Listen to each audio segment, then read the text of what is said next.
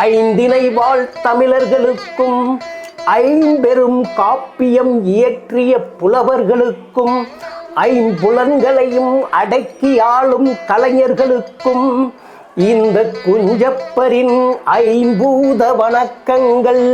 இன்னைக்கு நம்ம பார்க்க போற ராசி மீனவர்களின் வாழ்வாதாரமான மீன பாண்டியர்களின் சின்னமான மீன், பாண்டவர்களின் தெய்வமான கிருஷ்ணனின் முதல் அவதாரமான மீன், உலகெங்கும் அறியப்பட்ட பரிணாமத்தின் முதல் உயிரினம். மீன்கள் என்பது நமது நல்ல நண்பர்கள் போல, ஏன் நமது முன்னோர்களும் மீன்கள் தான்.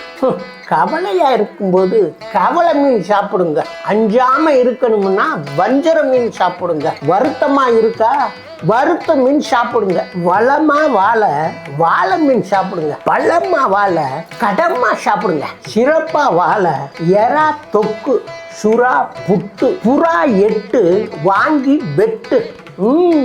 800 ரூபாய் சம்பளத்துக்கு 6 பேர் வேலைக்கு சேர்ந்து 800 ஆறு பாரு ஆரம்பிச்ச கதை தெரியுமா? நோக்கு வாடா போடான்னு பேசிக்கிற நண்பர்கள் சூடா டீ குடிக்கிறத விட்டுட்டு கூலா சோடா வாங்கி குடிச்சிட்டு உடலுக்கு கேடா உள்ள பீடா ஒண்ணு போட்டு விட்டா ஷோக்கு நன்னா வரும். நல்ல ஷோக்கு சொன்னா ஒரு கோக்கு வாங்கி கொடுங்க, இல்ல ஒரு கேக்கு வாங்கி கொடுங்க.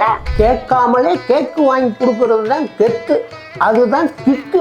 தானத்துல சிறந்த தானம் என்னன்னு கேட்டா கண் தானம் ரத்த தானம்னு சொல்லுவாங்க, சிலர் நிதானம் அன்னதானம்னு சொல்லுவாங்க.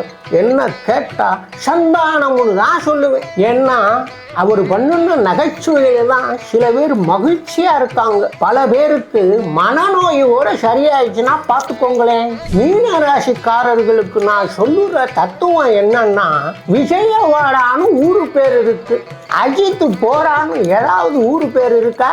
என்ன தளபதி ரசிகர்களே தலை வலியா இருக்கா? இந்த நகைச்சுவைய உங்க தலைவிதியா நினைச்சுக்கோங்க. உங்க தலைவலி போகணும்னா நீங்க மயிலத்துல போய் தைலம் வாங்கி தடவுங்க, சீராயிரும். நன்றி, வணக்கம். நான் உங்கள் ஜோசிகர் குஞ்சப்பர். அன்போடு பண்போடு பாசத்தோடு உங்களை சந்தித்ததில் மகிழ்ச்சி.